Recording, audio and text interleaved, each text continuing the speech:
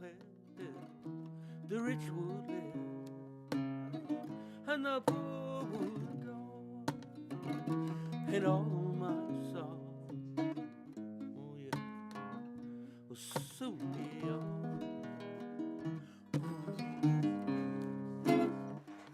Too late, my brother, too late. Never mind. Oh, my sorrow, yeah.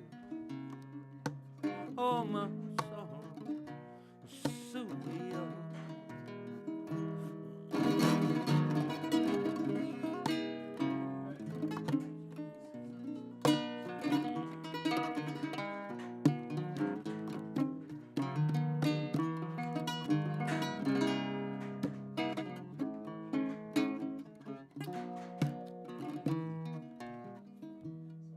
Yes, there is a tree in paradise. The pilgrims call it the tree of life. Oh, my sorrow, soon be over.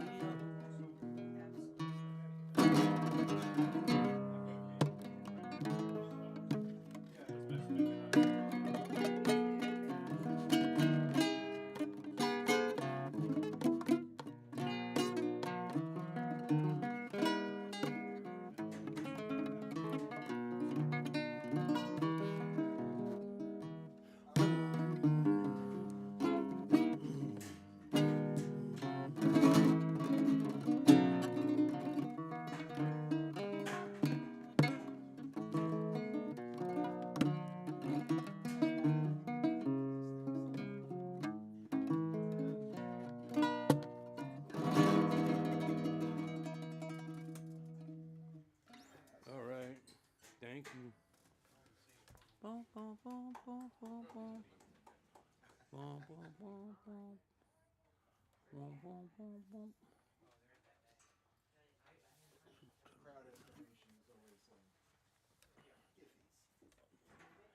La, da, da, da, da, da.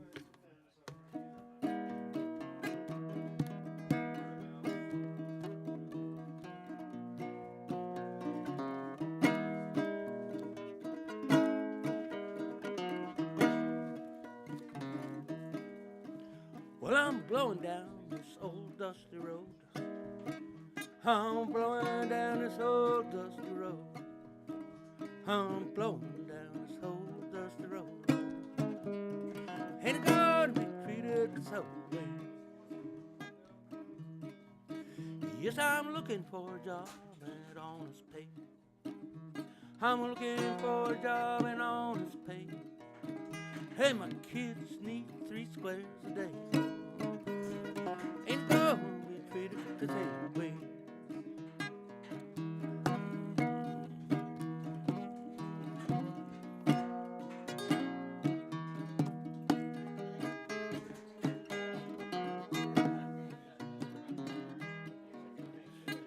It takes a $10 shoe to fit my foot. Takes a $10 shoe to fit my foot. That old $5 shoe hurts my foot. Ain't gonna be treated this old way. I'm going down the road feeling fine. Going down the road feeling fine. I'm going where the water tastes like wine. Ain't gonna be treated this old way.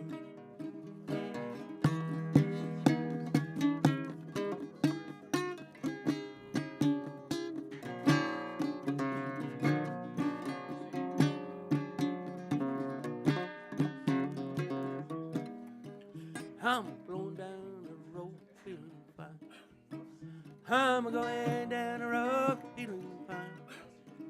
I'm going where the water tastes like wine. Ain't gonna be treated the same way.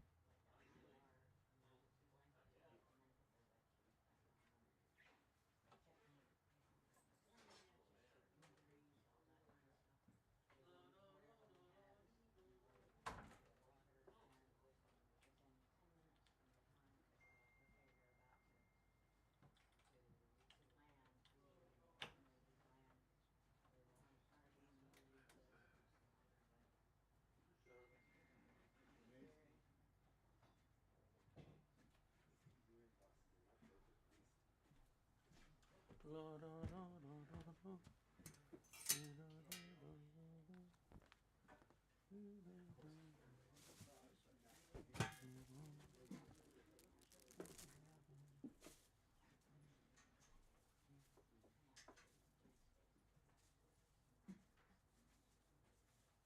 All excited now. I'm gonna try to do it.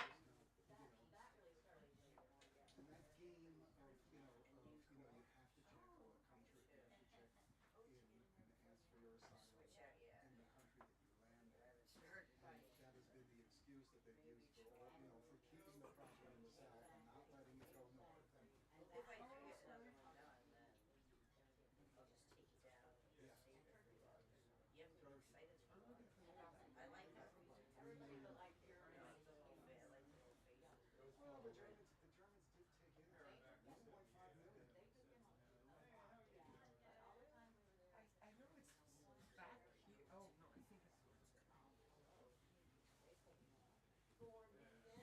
Oh, sure, yeah. Turkey took them, what, 3 or 4. And they're almost there. No, that's. Oh, hey. My God, there you are. Been a while. How are you? No. Elizabeth. Oh. I'm home again. What have you been up to? Been around or? We went to Pennsylvania. Of course, I'm out on Wednesdays. I'm able to make it. So, What's this? How was the family? Oh, from the other day? Thank you. I'm haven't dealt with this gonna problem set since in the World ridge. War II, the internal red chair. war. Anyone come with you, Scott? Andrew and Jessica. They're here? Yeah. Where? Europe. Jessica's right behind you, and Andrew. What? Jessica's right behind you, and Andrew's right back there. Exactly. In the back there by the. Oh. How's Lisa doing? Really, do you know what time the boat is? The what? The boat on Sunday.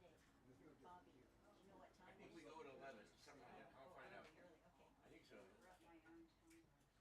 There you go. I know. That's pretty slick. Spiffy. Yeah. Looks like it's on its virgin voyage too. It is. Few, yes, very few.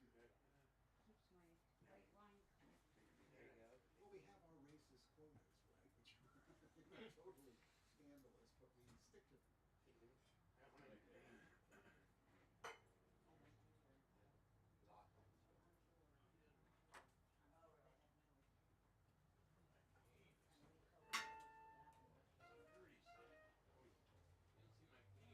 Well, I don't know. A lot of the Christians out there don't accept it. Well, they It's only $10. They don't accept that either. No. You read it? But this looks like the first edition. Yeah, maybe that's right.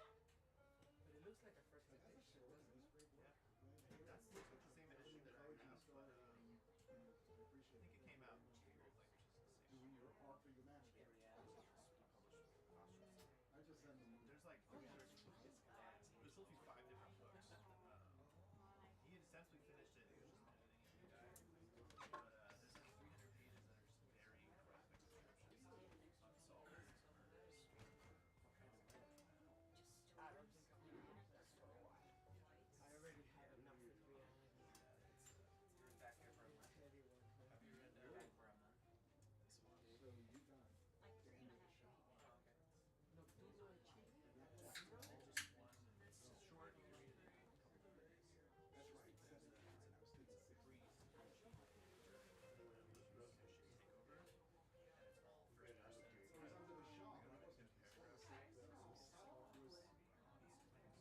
7 kids and I was thinking 6. It was under the Shaw, but it wasn't. The South was. It kind of after an hour or two, you kind of hit your drugs. Never stops. Oh, yeah. Good one. Se la quiero.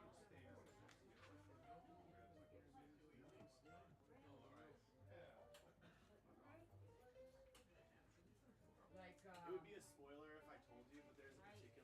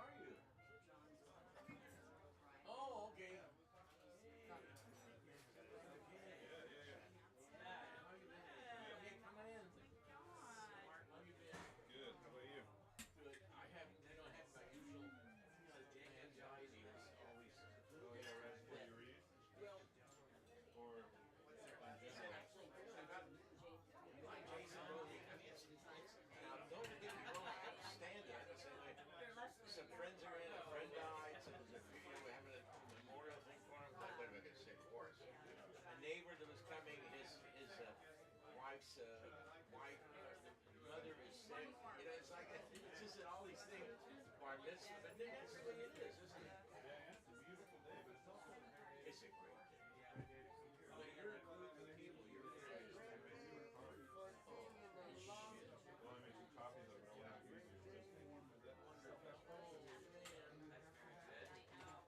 You recognize that drawing? No, who did I that? mean that portrait of you, kind of.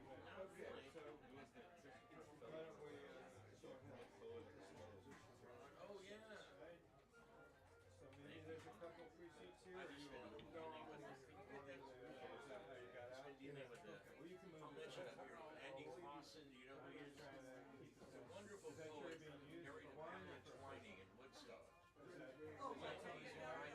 She died a couple years ago. He has nothing. Be careful. Zero. And so Raymond Boyd, we've been on the phone he's trying to get social services.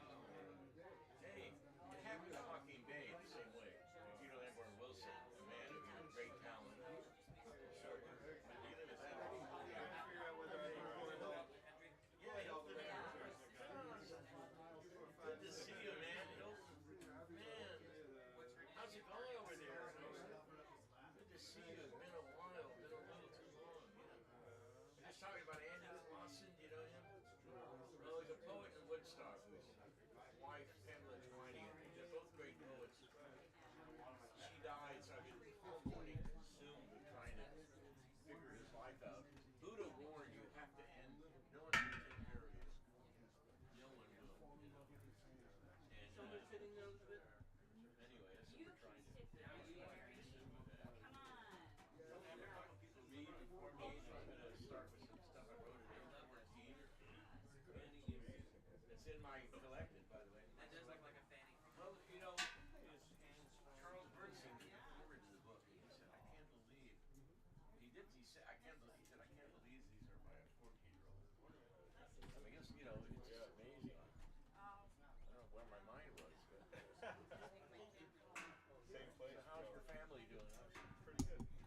Oh, everybody's good. Little family drama. We have to take care of ourselves. I made sure I did. The end game, you just have to. You got enough room there? Amazing. Happy birthday. It was the first. It's actually the first, yeah, but I figured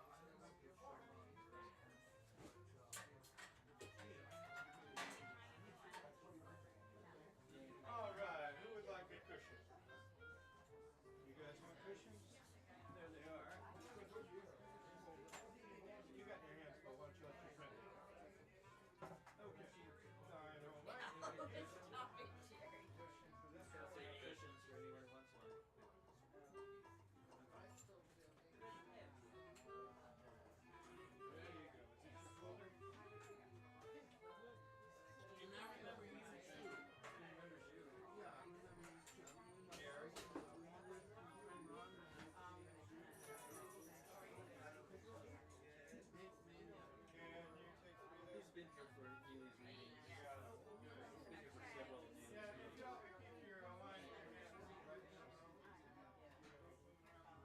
Here's a couple cushions No? to the end of that rope. Not good for me. You got one. Eric, I bet you get some. Okay, I'll take it. Thank you. Cushion there in the middle. Neeli's the last one. You already got that? No, I'm fine. Is that what you would call it? Is that his tribe? You riding away? I don't trust everybody with such a task, you Doing know. a lot of work? All right. Beautiful. It totally is. All right, I'll get one. I don't know. I better look myself. There are no other Mohicans? All right. We'll see if Well, we if can you get around here, I mean, Quite cool. Quite cool. me and your ducks. He appreciates the dark green. It's strong. Yeah. He has this. I'm too often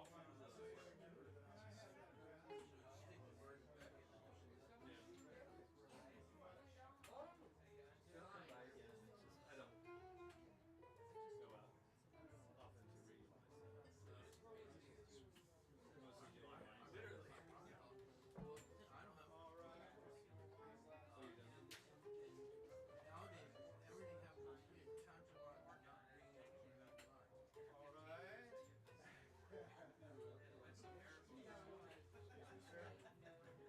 You can always change that. If you want. All right. So are there any unoccupied seats? Like for instance, is that one unoccupied? Yeah, up there. Two? Is that your folder? Yeah. So maybe this one? Okay. And there's two seats in Two the seats in the front. front. There's one in the middle of the third row. I take it there's somebody in that seat. All the stuff. Seats. There seems to I be can a get seat photos here, if you a look seat good there, if you sit in the a front. seat here. Sell illegal passports to get out of it. To get out of it, yeah. Is it required? Well, it's a long way across All Boston right. to studios in the bookstore. So I think we're on the verge of starting. I don't know. It seems like we've already started though. So cool. Anybody need anything from me? Everybody happy? All right. All right. Okay.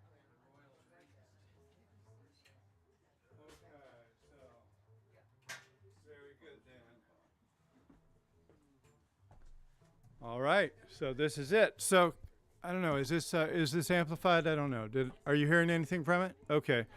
I probably need to turn on that speaker. All right.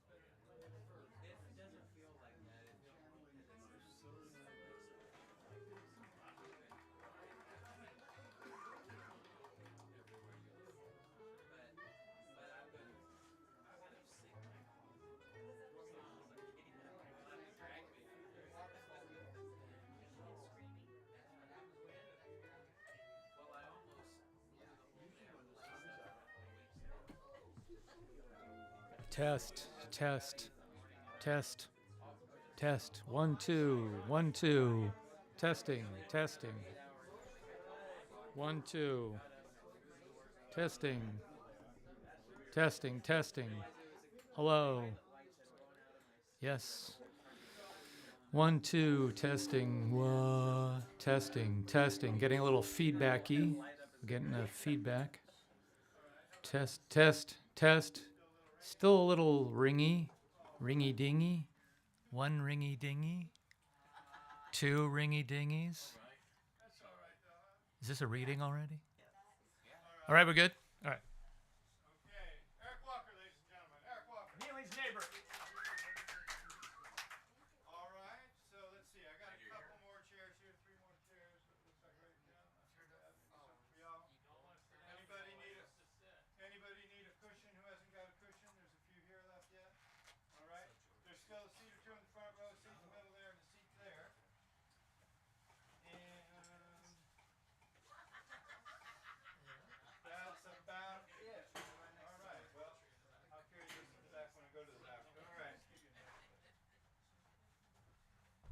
So here we go. We're just continuing Neeli's birthday celebration. He says he turned 78 on the 1st of July. Is that correct? Yep. Yeah, 1945 he was born. Unbelievable. So we're very happy that Neeli is in our midst and has been for decades and decades, and that's a fine thing. And y'all know what you're in for. You're in for Neeli Cherkovski and friends. So Neeli, you're going to get up here and do it. Introduce the other readers and all the rest.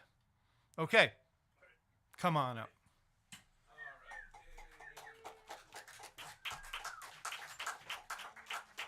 All right. That works pretty good, probably. Cool, let's see. You're going to stand, Okay. you're going to sit. I'll sit. Let's see where that microphone is. Can you see Neeli's beautiful Yes. face? Can you hear me okay? The stentorian tones of Neeli Cherkovski, ladies and gentlemen. My he said my beautiful face. You know, when you're older and you look in the mirror and you're able to say, what a beautiful ruin. Like looking at Palmyra after it was ransacked recently, you know, where the twin Buddhas went down. About a month and a half ago, this popped in my head. I should do a birthday reading. And, of course, I had an image of 300 people swelling in the streets and blah, blah, blah. But realistically, this is wonderful. Thank you for coming out. And my neighbor and another neighbor and Hilton I haven't seen for a while, Abenzinger from down on the peninsula, some other people. I've asked a few people to read, and one person not on the bill is going to read. And I have to say that I was telling someone earlier that when I was 12, there was a point at which I was trying to identify this the last few days. I said, I'm a poet. I realized when I was 12 I was a poet because I felt like there was nowhere else to go. I had read Poe, and I had read Williams and Whitman and a few other people. And I said, this is where I belong. I certainly don't belong with these people in the classroom telling all these stories. But I did have a 7th grade science teacher who said, write poetry and I'm going to give you straight A's for the whole year. And that's what Jack Carver did. And there's a poem to him in my selected poems. And I really am very grateful to him. And so I stuck with it for 65 years. And but I don't think I'd be the poet I think I am without the people around me, and including the people I've asked to read with me today. From one person who's actually older than I am, it's a rarity these days, Art Beck, who'll read first. And the second person is 50 years younger than me, Scott Bird. I don't have to make too big an issue of that, but and the third one is somewhere in the middle, Jessica Loos, and Ron Myers, who's a newer friend.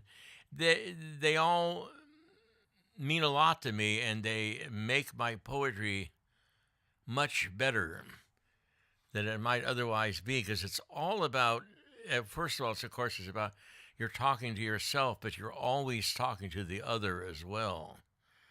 And so I'm talking to them. And it's nice having somebody like Scott, because that when I was 14, I had a woman poet friend who was 70, and for about 10 years, I would go over to her place. She was one of the only poets in San Bernardino, and she would have these salons and all that. She was an old school rhyming kind of poet who loved Edgar Arlington Robinson and that kind of thing. But it was wonderful to have that communion. So that's the spirit of why I ask these people to read. First one is reader will be Art Beck, who lives over in the Marina and has won awards for his translation of Latin. And his selected poems recently came out, and a book of essays is going to be published within a few months. Essays from over the years, a very hefty volume. And he will be followed by Scott Bird, who I'm work with quite a bit all kinds of projects. And he's moved into North Beach. He'd been living out in the Castro. He's right in the heart of North Beach, right by the Cafe Trieste. And this is my old bivouac. This is where I came of age in San Francisco. And now he's doing it. And he's proving that the old Bohemia of North Beach has wings and is going to keep on flying. And the next one is Jessica Loos, who's an incredible poet and a former student of mine.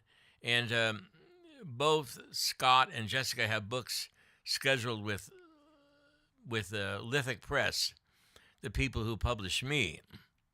And then the next reader, the surprise reader, will be Ron Myers, who I met a few years ago, who had been in touch with Harold Norris, my old buddy. And he's going to read a couple of poems. So, okay, guys, shorter the better. I'm anxious to get up here and read my, because I'm speaking. So, okay, Art, Dennis Dybeck.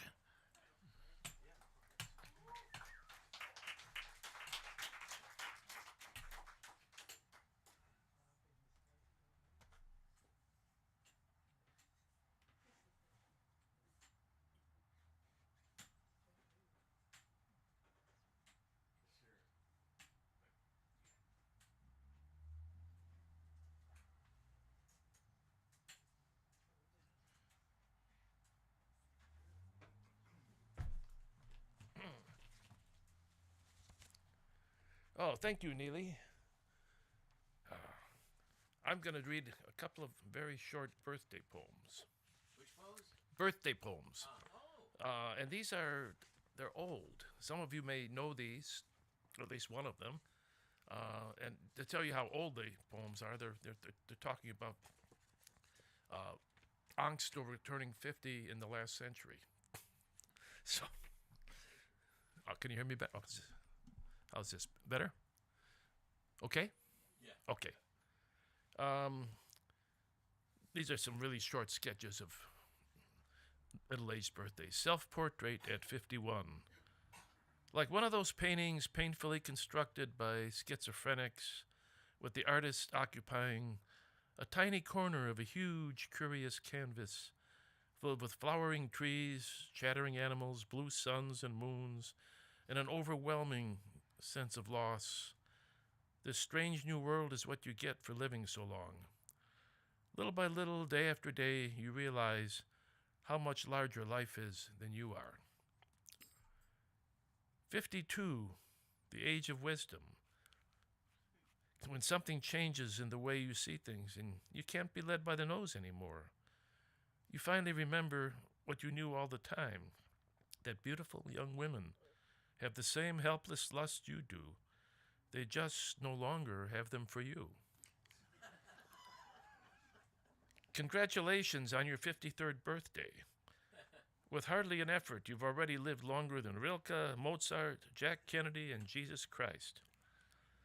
And look how they struggled, how quickly you did it. Barely any work at all. Middle-aged birthdays. Any one of them is bearable. An ironic toast, another killer meal, a shared resolution to worry about tomorrow. The pain is in the repetition. Those same gluttonous faces grinning at you across the same drunken table. Last year suddenly compressing into yesterday. Taken together, it's a pathetic sequence. No wonder I'm in such a hurry to get them over with, to starve these gray hairs white. For the fat man, hunger is more nourishing than meat. And then one last poem. Anytime you start getting into birthdays, you think about those who are no longer with us. And this one was actually, it wasn't written, she was well and alive at the time, it was written, 20, 30 years ago. It was for Annie Menebroker, who died in 2016, right about this time of year. Here it is, Memorial Day at Clear Lake again. And even after a winter as deep as the 100-year flood of a winter we had, Annie, the night air suddenly smells of road dust again, and hay, and even a taste of skunk, a trace of skunk. I don't eat skunks.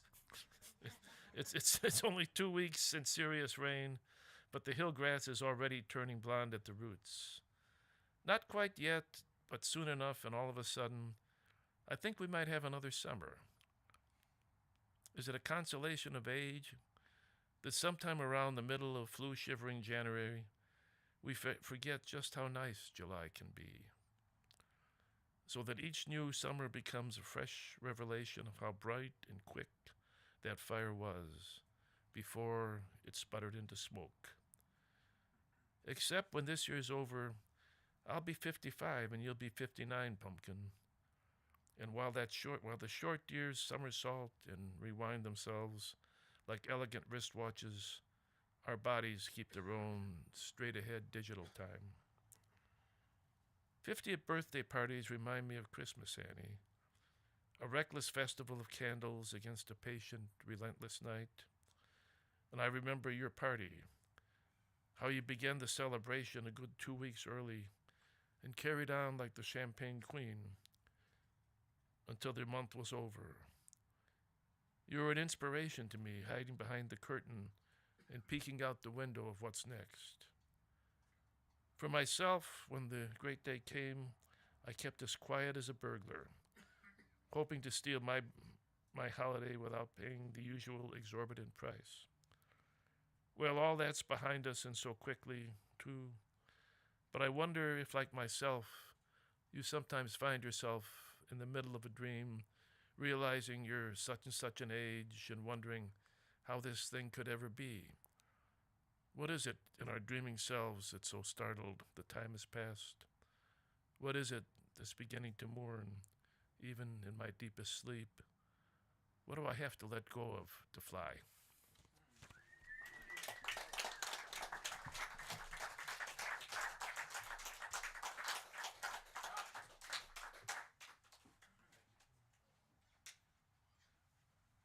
Thank you so much. Oh, thank you.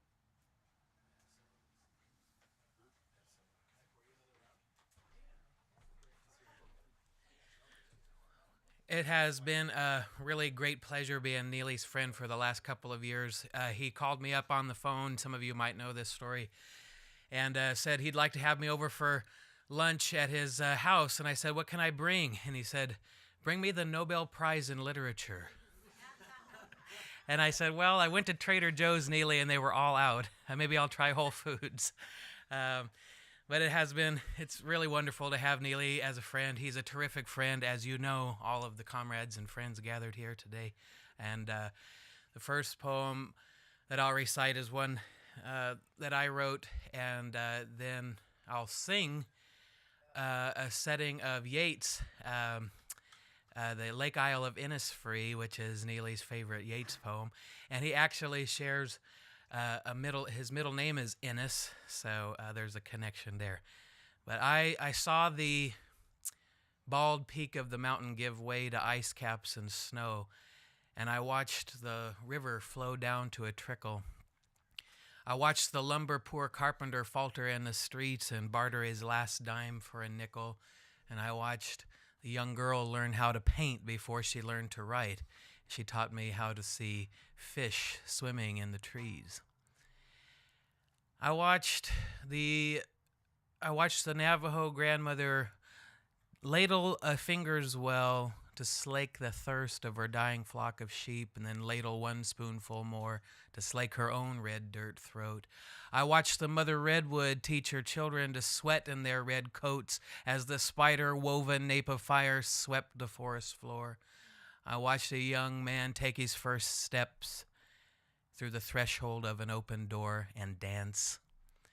I watched the old man roll his last cigarette and dump the last of his tobacco fold. The leaves of autumn give way to a dry cold. I watched people hide. I watched the plains divide. The halls of justice flooded to the pillars in an unjust tide. I watched the billionaires take a ride on a spaceship bound for a colony on Mars. And as they screamed across the sky, I heard the rejoicing of the stars.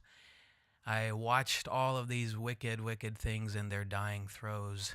Though the brain trembles, the broken-hearted know that I watched all of this as a child watches the first of the falling snow, watching, waiting, From now on, I think I'll no longer watch and wait. I think I'll no longer think.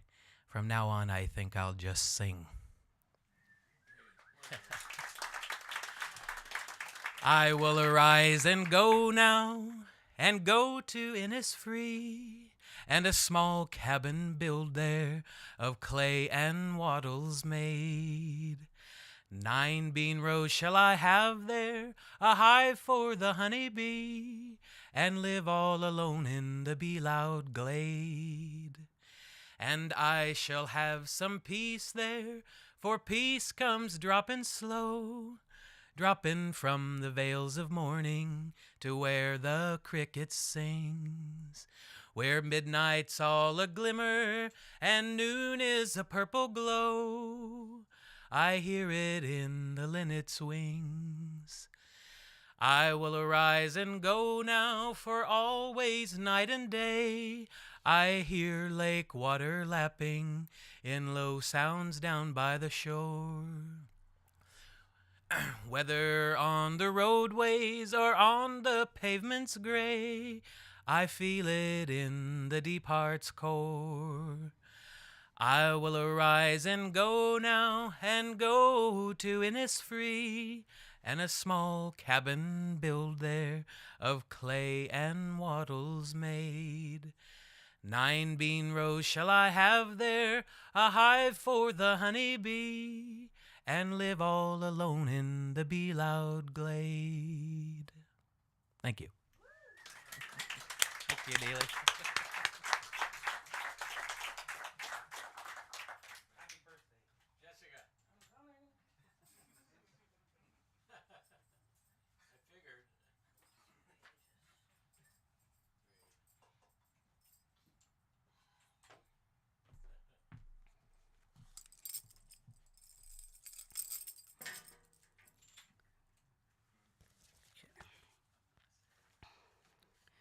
Well, first of all, thank you, Neeli, for asking me to read. I'm very honored. And so, I wrote a acrostic for you for your birthday. Which, for those of you who don't know, the acrostic is when you have the first line of the first letter of every line is the first letter of the person's name. So this is a acrostic for Neeli Cherkovski. Never-ending, ebullient, loquacious inspirations. Churning hieroglyphics endlessly, rotating the immense kiosk of voluminous Socratic karaoke impressions. So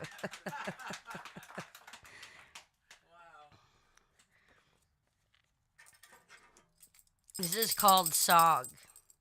Octopus sog me, press my face in kiwi, tentacle carnival rhinoceros fat, give me, pluck me, suck me out. Sweet pomegranate, wet kumquat, slick cheetah on a stick, white coconut flavored jism bug, take a little lick. Pink tangerine, my pussy pop, zebra bloog me, leopard popsicle, swing high. Throw me, rave me, make me. Let me lick your gumdrop. Ah, the astronomic sound, gastronomy, swallowed. Eat me, move me, make me, love me, wet my mound of grass.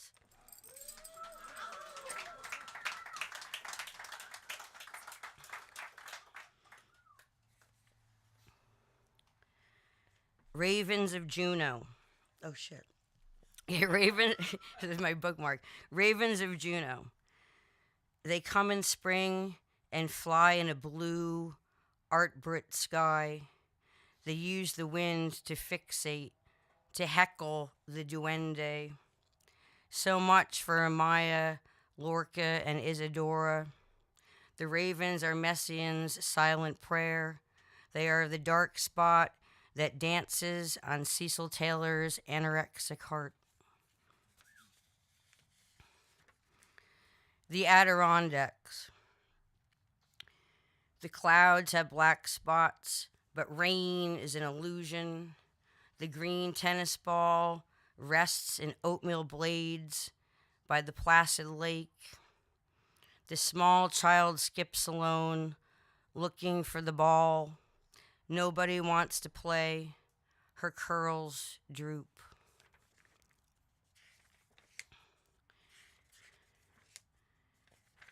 And now I'm looking for the poem that the bookmark fell out of. Oh, here it is. The Alphabet Museum for David Meltzer. That place you dig, where one finds words, letters on letters, bold consonants, secret vowels, A-E-I-O. You swing from Brady Bunch to bebop, Delachinsky to Stravinsky, Lester No Eyes to hip hop, Boom Boom Room to Judy Blume, Two-way mirror clearer, and all the way back up. Be-do bop, be-do bop, be-da bop, be-da bop, be-da boop.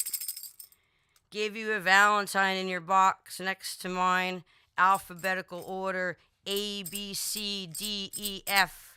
Llama moop, llama moop. Every time I see you, it said, I want to give you a bath. Ooh la, suds, ooh la, suds, suds.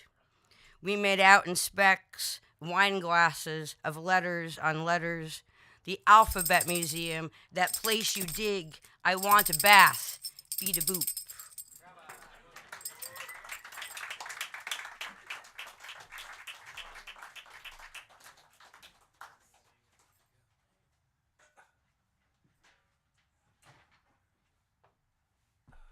Well, thank you for inviting me, Neeli. I really appreciate it. This is my second time here.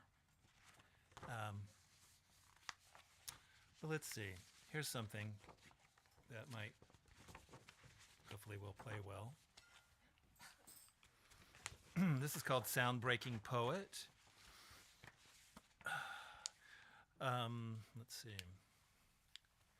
The daily crime of the century, since the beginning of time, the orphaned hero, the golden halo child, methodically programmed to steal the will to live, to drain of self-esteem, to not feel safe harbor in tender hydraulic flesh, devalued, invalidated, decertified by bitter and cruel gods, the unassailable powers that be. What more slavish deed? Still, an even worse sin in the practiced face of polite society, to not keep up pretenses, to dare to talk about it. Sound-breaking poets smash the rule of lies like empty jars of precious glass. Your cohort of orphaned heroes cast adrift on untamed rivers, despite infantile cries piercing the skies of heaven. Then, in a great switcheroo, some wandering good shepherds replace the swaddling clothes with a bundle of reeds, or so often the story goes. Osiris, Moses, Oedipus, Romulus and Remus, Vian, Rimbaud, Corso. And not to forget, King Arthur, Dante Alighieri, Edgar Allan Poe, sound-breaking poet, breaking ground with an alchemical mixture of brutal realities and high romanticisms, inspired cut-up juxtapositions, wounded self-healer, fatherless, motherless figure, a sharpening flame like those who came before you, for those who came after. Be your own good parent to that hurting inner child. Even some modern cliches are true. Love yourself even when you believe there is no reason. Return from dark recesses. Script new solar adventures. Right the wrongs of blood treason. Find your own voice. Come early or late in the seasons. For the silent mass of emotional castaways, that is, by force of the will and sweat of the brow, and in a best-case scenario. This is called Stay Tuned.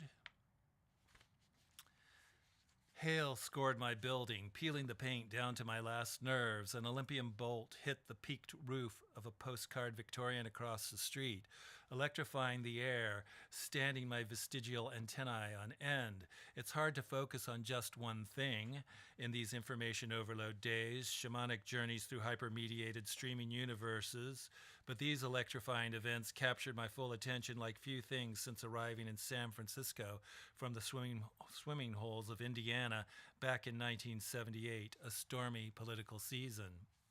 Can you imagine weather like this on a regular basis? Will it break down the infrastructure of civilization, break down the structure of the bicameral mind long before it wipes out humanity? Welcome back, Stone Age. We sorely missed you from the bottom of our Venus figurines. Is that where we're headed, led into an existential trap by highly paid opinion whores, blinding our eyes to real and present dangers? But why worry? Body surf the rock slides, parasail the funnel clouds, go fish in atmospheric rivers, flash flood the snow tides. It will be real, all right, no simulacrums. In the next exciting episode, will our dashing hero, aka humankind, survive the trial by fire and flood, or drop the blue ball irretrievably and take it bravely on the chin, or slowly fade away into genetic irrelevancy, scavenging, and whimpering? But don't worry, you won't miss a single thrill. This descent into hell will be televised 24/7, and it will be real, all right. We'll need to evolve several new eyes just to keep up with the mind-boggling breaking news flashes, so stay tuned. And I guess that will suffice so that we can get to our birthday boy. Thank you. Thank you.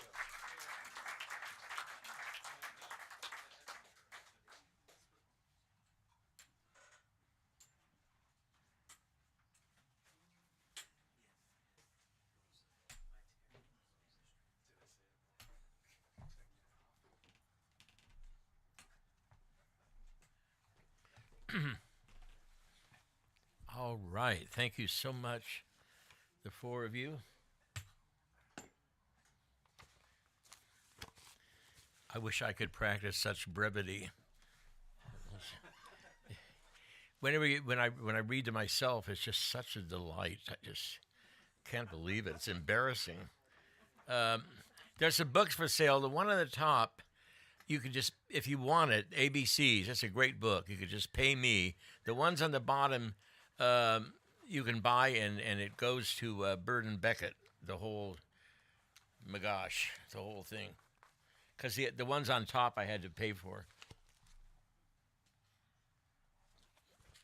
So I'm going to begin with a couple poems from 1959, believe it or not. First one is called Reading. The second one is called Joshua. And then I'm going to read a poem from 1967 called Every Jew is a Poet.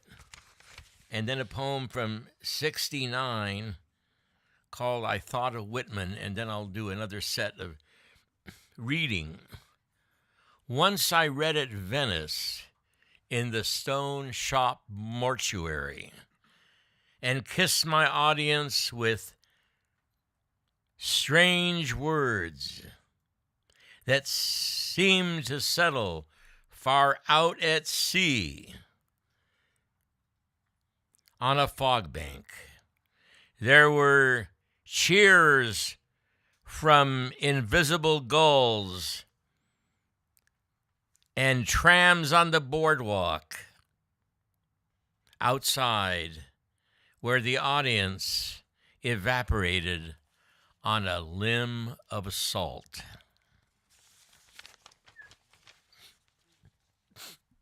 Joshua, I said, why don't you pull them down into a house full of chicken bones?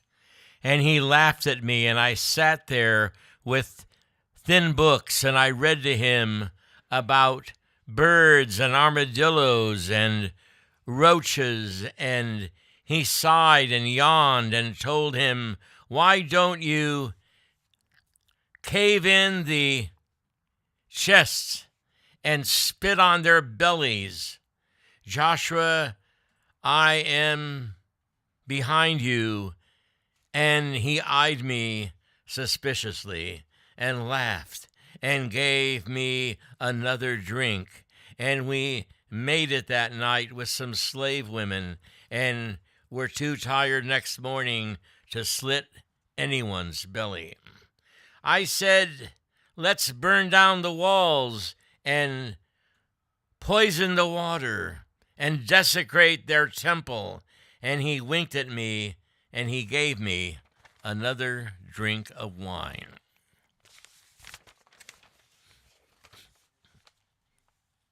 Every Jew is a poet, Steiner said. And I told him, yes, I said, no denying essentially this fact. No denying in places like Bergen-Belsen the world's hope died, which is narrow but may be true. The world's hope died when Auschwitz opened its gates. And Steiner said, every Jew is a poet. And I said, essentially. And Steiner and I sat there in the marketplace. And he said, the world lost itself in the barracks of Treblinka. And I said, yes, most definitely. And Steiner boasted, every Jew, an artist, a poet, a creator. And I told him, is magic in that? Magic in our people. And Steiner said, every Jew, a poet, an artist. I said, yes, Steiner, yes. And I said, no more clowns in Lublin, Steiner. No more children in Kiev.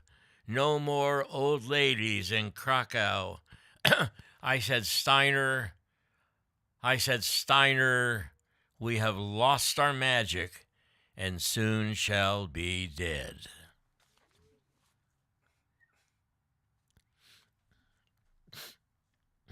I thought of Whitman dying in Camden.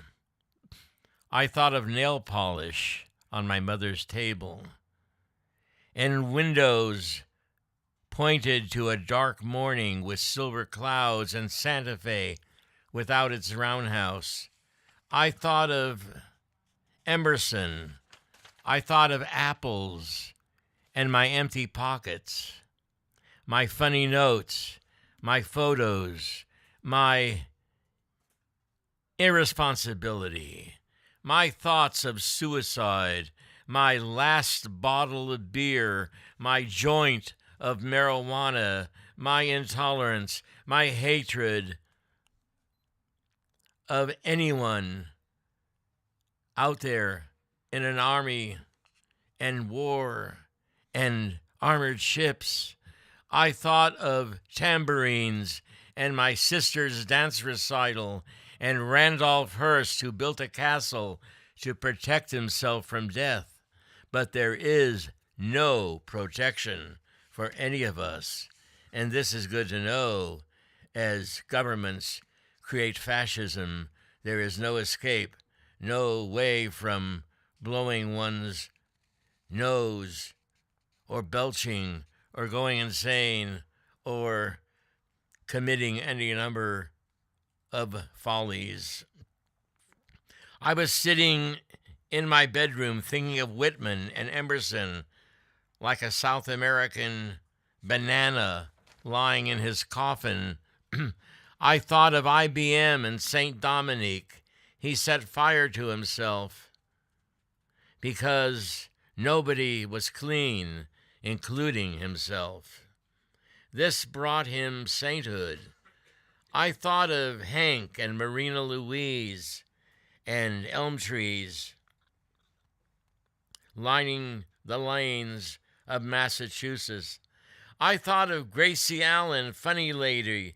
She did not see the beard of Whitman and his large, soft eyes. I thought of Tinkerbell.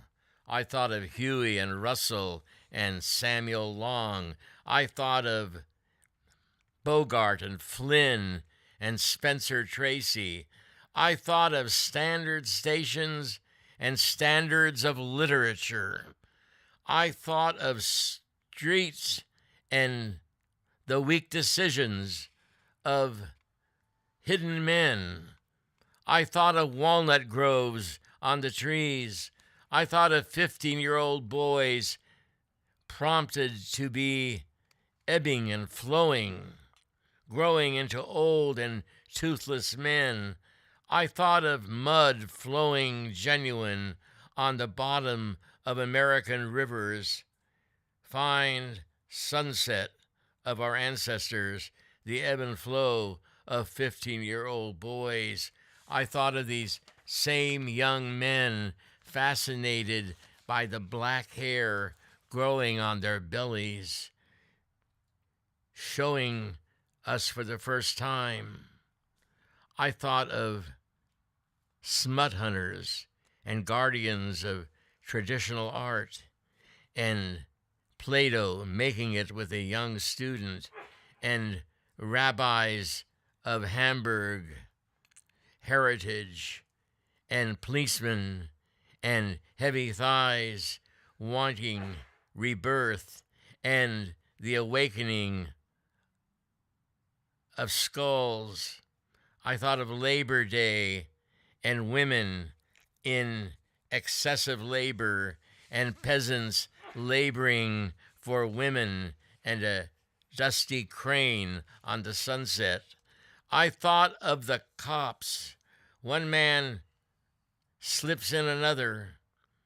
I thought of easy money, fast money, and hatred bubbling from coffee cups, and eyes of the lost staring at your prune Danish. I thought of Whitman. I thought of Emerson. I thought of General Washington. I thought of chocolate pudding. I thought of the apples of Simon Gold, the iron in Newman's junkyard. I thought of all the boys waiting in camp. I thought of Father and I and Captain Goodwin. I thought of John Kennedy. I thought of Harvey Oswald. I thought of Jack Ruby. I thought of Dallas. I thought of the elm trees blowing over the great beard of Walt Whitman. I thought of Ralph Waldo Emerson.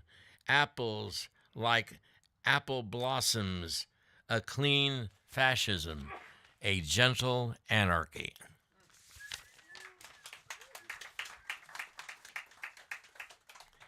And this is a very recent poem for Ukraine. And this was prompted by the Brooklyn Rail was going to do a Zoom on the Ukraine, and they had a couple of, one man was 101 years old who read with me, so I wrote this for the Ukraine. It dawned on me that my grandmothers spoke of Russia, but they were really speaking of the Ukraine. They came from Kiev and from Odessa. So I felt very close to what was happening and is happening today. Simple enough not to say anything.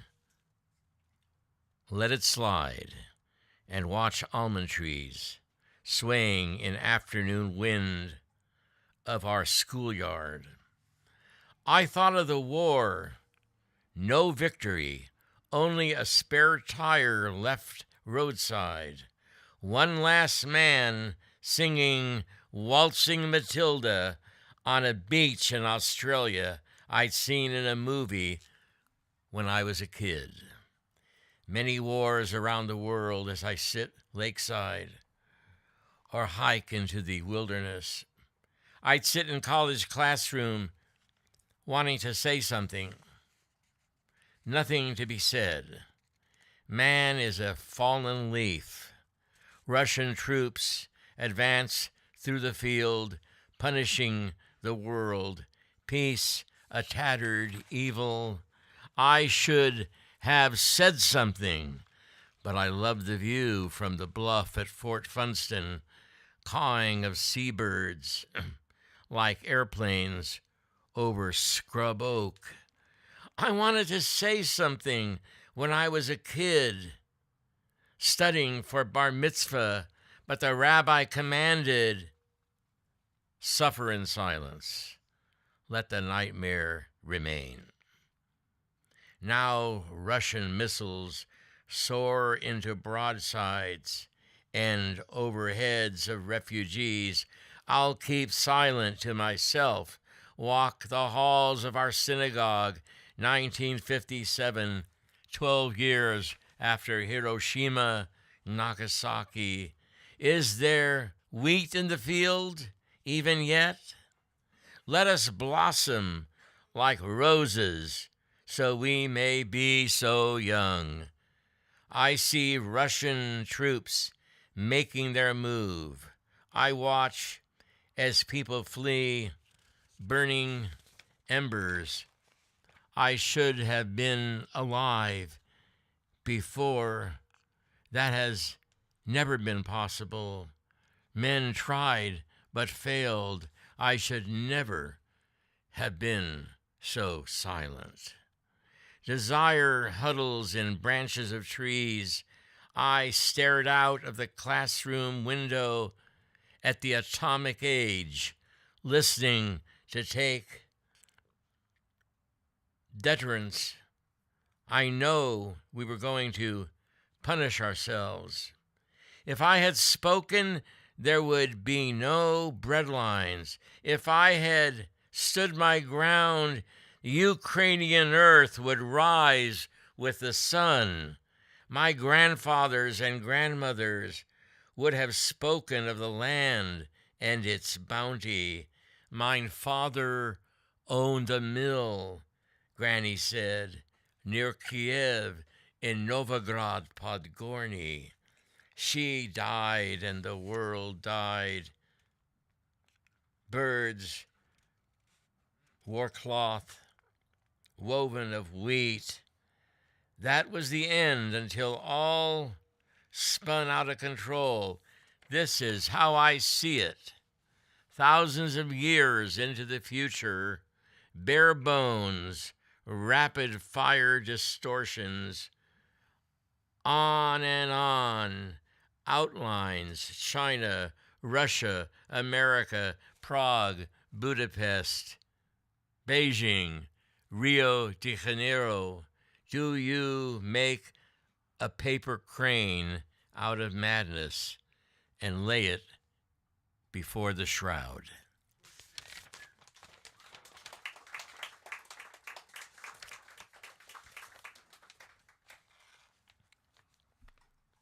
The look of anger on a cat's face will not kill you. Sunday morning, as a newspaper lands on the stoop. Nor does the dog deny himself simple canine pleasure. Look deep into the sea of what unfolds. Look alive into injustice. 3 a.m. night will not end. Man is a sophisticated truth rising from wasteland floors. Men control harbors from their inception. I am the harbor master, the genie informed us. My son, a drug addict, his younger brother lost at sea.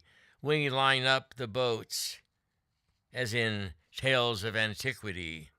We are one heartbeat from negritude. We smile at the wandering Jew. The universal dream is in the pocket of a drama queen. Later we walk on water in order to test fidelity. The cat purrs and our dog twirls a baton. Here is old Salt Nobo Daddy, ruler of a fragile dream.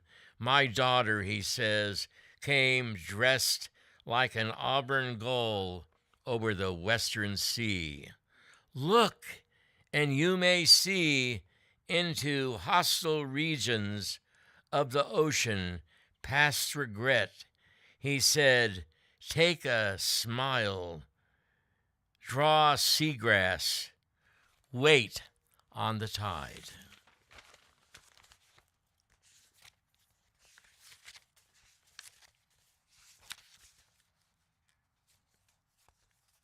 Cafe Trieste, afternoon poem. Son of moon, come out of Moab, playing a banjo and sporting a bottle of red wine from vineyards guarded by the Hebrew prophets. Do not be fooled. Be light with love and drink in sober resolve. Son of moon, you are stranded for many decades until the earth around you grows feeble. Do you bother the aged rock musician chain smoking at the news kiosk? He is not dead, but the music is a distant rumble. Moon boy, join the coffeehouse gang to giggle and prophesize. Bleed like an Indian under intense heat. Pray as if you were a Talmudic scholar given over to untested grammar. Scream for irreverent wolves decimated. Son of Adam, take a seat on the bus rushing down the highway. Try for sanity. Unlock your ceremonious vision of Utah in the crossfire. Charred ground, Byzantine daydreams, shorn of sight. Moonchild, pay attention to laughter from distant space. Go for the gobbler of time. Pay the bus driver and lean against wayward land. Mark hillsides and narrow canyons. Pry open monstrous lies of the road and the electric grid.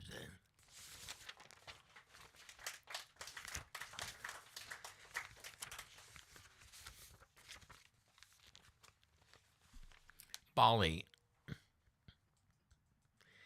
If by late afternoon the moon does not crack open, you must build a fire and sit there reading the ABCs and loving every moment as if moving over the shadow. What is essential, like a forest monkey sitting on your shoulder, poverty-stricken children off the highway in the highland gasping for light. A temple to Saraswati sits in a tangled wood. A wire fence and police vehicles complicate the scene. Nearby, a truck of bananas passes. Monolithic butterflies flood the sky. The mind of Krishna, bound like a beach ball on smooth sand of a resort hotel. Dutch gunboats and Buddha in serpentine orchestrate cycles of life and death. Children carry banners of a large republic for their classroom lessons. Long avenues lay in wait for Europeans. Mountain lakes rely on the reflection of the depth of endurance. Plenty of glorious flowers animate the mother temple, Besika, home to pagodas. At night, fireflies travel in packs toward a kelp forest in the Java Sea.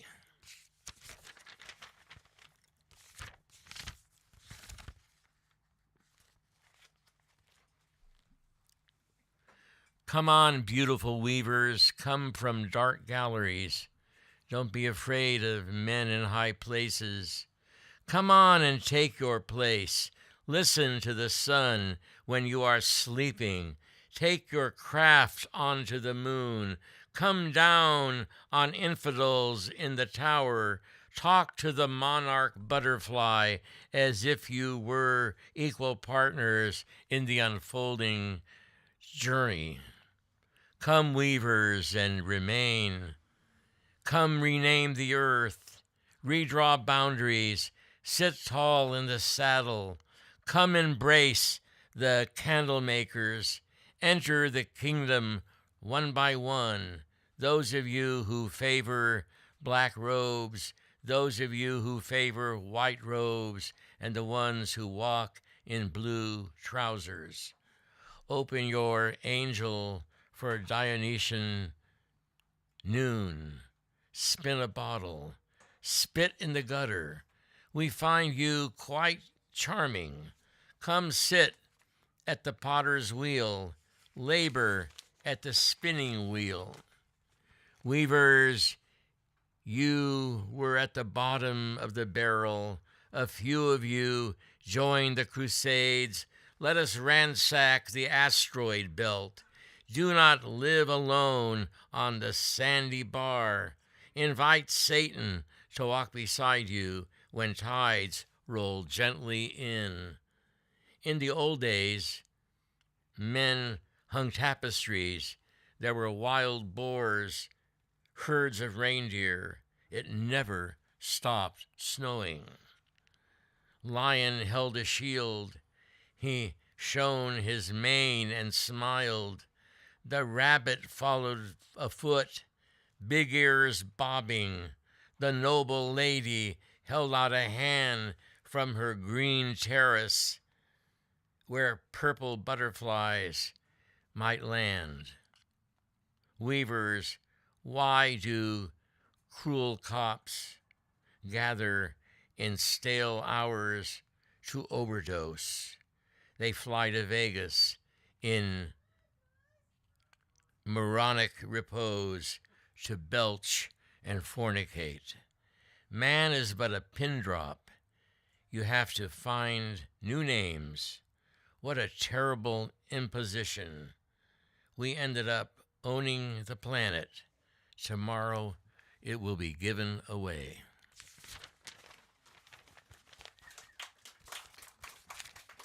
All right, okay. So I'm just going to read, I'll end with a few pages of it's a 35-page poem, but don't worry, this is the prologue to it, but it's only the beginning of the prologue. And it's sort of this is written in 1989,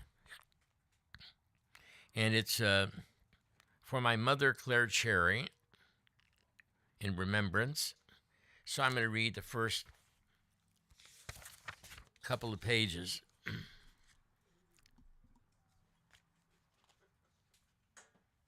Your mother never stopped. Your mother and your father, they never stopped dying. They just keep dying, and in a way I know them, and in a way they're absolute strangers. And I write a lot about both of them, but they're like strangers. There's very little nostalgia, probably no sadness about it all. It's just there's just these facts that were, and of course very important to me. But anyway. Job's suffering. My mother loved the book of Job. She studied it. She did paintings based on the book of Job. And I found that very interesting because we all know that story. I drew back the yarn in South Pasadena, the Madame Blavatsky house. Across my finger to the loom, I needed to think of Job, my trip, a classic journey, ecstatic. 2 decades in San Francisco, 15 years beyond Hell's Gate, self-centered, turning from that single war, protected, clinging to the image of a priest, igniting himself, hoping for a dragon's blood fangs to fall from bamboo, saw a man running uncontrollable light on his eyes, Job, Saigon city center, halfway to the grave. It wasn't World War II or Korea, this war. We died in our banquet room, doomed from its inception. Enter and be seated. Please pass the genuine knife, your elegance hardly showing. It was the death of General Dwight David Eisenhower. on the television screen, his face like rice paper. I mean the body of what we pretend to be poverty. Garage door opener, a mean lawn. We kept our doors unlocked and dwelt in the spirit of the major food groups. A pyramid with the eye of sedition on top. You can only butter your bread so thick until the wound bleeds. LSD was not a gateway. Don't bring my brother home that way. Tarmac, Jehovah, Pluto in your defective heart. Cowboy, William Westmoreland, General.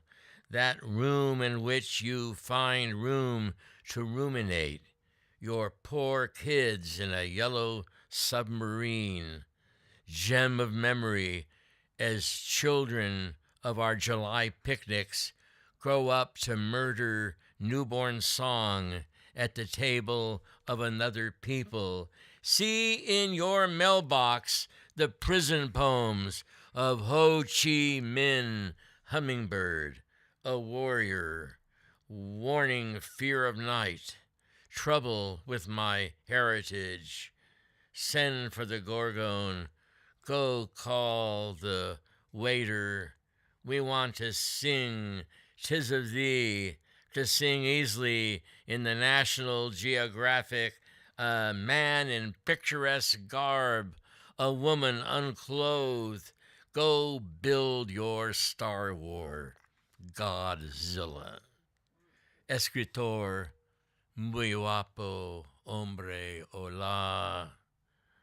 Listen, camarado, silent dove, we suffer to maintain togetherness. Come now, rise, you're dead. Stick a bottle of fatigues into the dragon's mouth. Avenger, Baba, we miss your compassionate mind. Apu's secret life, like Job's road. She saw him through her own eyes, and in the musings of Carl Jung, eloquent cloud, I drew back the yarn, felt ignorance, laughter of a street cop, fat thighs, meaty hands, primed to stoke flames, stirring up words in the newspaper, simple at counting 1, 2, 3, and you are Job, having nothing to do with it. Abu's father, Abend, another night, I dreamed you up and spit you out on an altar of a pine wood box with Jewish stars on either end.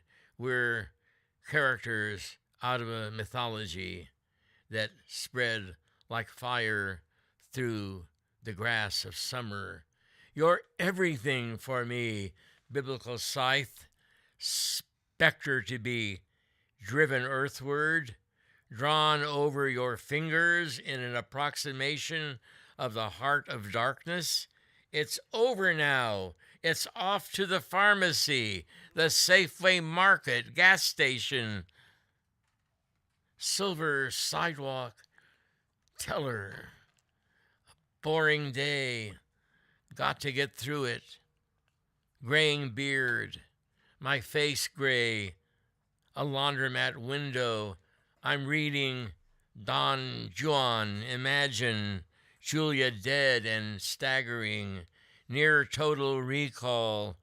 Hyperactivity keeps me going. Driving into the Malou, Nietzsche, and a destroyer. Poor Ezra, driven mad by circumstances. Then we cut to the hospital where she dies of lymphoma. She wove shadows from your movements. Bumpy, self-centered through the centuries. What else could that be? My father tried to pull her back to her old self. Impossible. But ashes rise. We deteriorate. Dust covers every smiling window. The room is a prison for our emotions, a snake pit, unforgiving. Clear room, cancer ward, enter your card number, keep silent, tear the mask off your face. Jewish man in a Catholic hospital. I'm told from the usual reliable sources that the Society of Jesus was founded by conversos, astounding quail by the window ledge, reddish leaves, trafficking light, a Marano-sided land, mein Lieb, mein Geist, mein Gott. Family awaits you under sign of Garuda, half man, half bird, a constellation. Listen, learn, listen, learn, lead. Windy afternoon. Absurdities pile up. I thought I was dying. I thought I was going to die. It was a day for napalm on a village square. Why am I compelled into the dance of Master Holderlin? His beer hall cronies curse our creator and shoot pool for keeps. Pick any false Job. His arrogant eyes, red lips, dying to greet us in the cafe across from the Roman ruins. Thank you.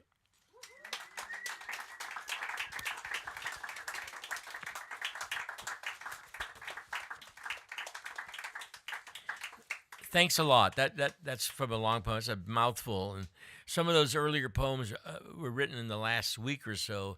And the one on the weavers is interesting because I'm reading a story of Van Gogh. And for many years, he painted weavers. And his family and his brother Theo, who worked at the great Gopal art house, which supposedly was going to sell Van Gogh's work, they thought that painting weavers was beneath an artist's way. You shouldn't be doing that. Weavers were the bottom of the barrel, people in that profession. So I took them on in that poem. And the poem about Bali was, Jesse and I went to Bali, and it was amazing to see. And there were a group of graduates from the university, and I went and I talked to them, and every single one of them wished that they were in California working. So much for paradise. So at any rate, that's the story. And again, the books, the ABC's up here is the latest book, and that's you can just pay me for that. And all the books below, and if anybody buys them, they go to Bird and Beckett. And aside from that, thank you once again to Eric Whittington.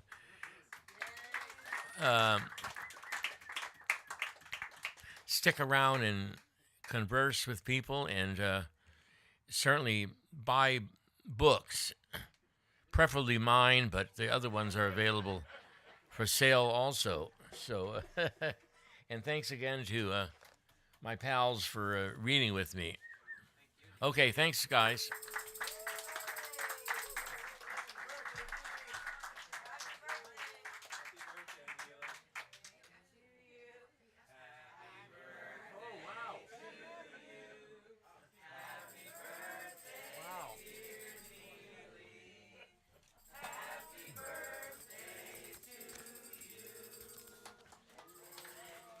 Isn't it the best part of that? I always thought is dear. Happy birthday, dear, whoever it is, you know, right? Because it's a nice thing. So this is a great birthday. It was on the 1st, but I folded it up into this month-long thing. It's really nice. Okie doke. Neeli, Jorge Argueta from El Salvador. Feliz cumpleaños. Bravo. My man. I love you, Neeli. Thank you. Likewise. All right. I love you and I love me. Neeli.